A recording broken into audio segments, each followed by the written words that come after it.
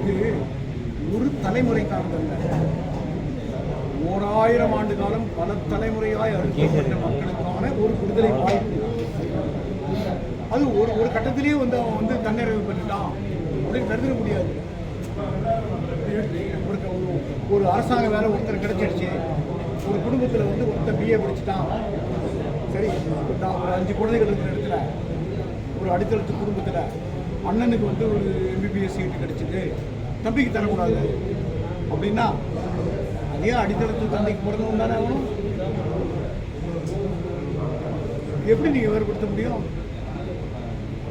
எப்படி நீங்கள் அதை மாறுபடுத்த முடியும்? அதுவும் ஒரு தலைமுறையிலேயே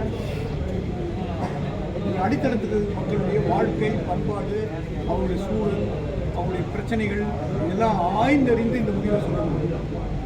நீங்கள் ஒரு ஆளுக்கு இவருக்கு நான் கொடுத்துட்டேன், இவருக்கு நான் 2 வேளை சாப்பாடு போட்டுட்டேன்னா ஒரு குடும்பமே பசியாறிடுமா?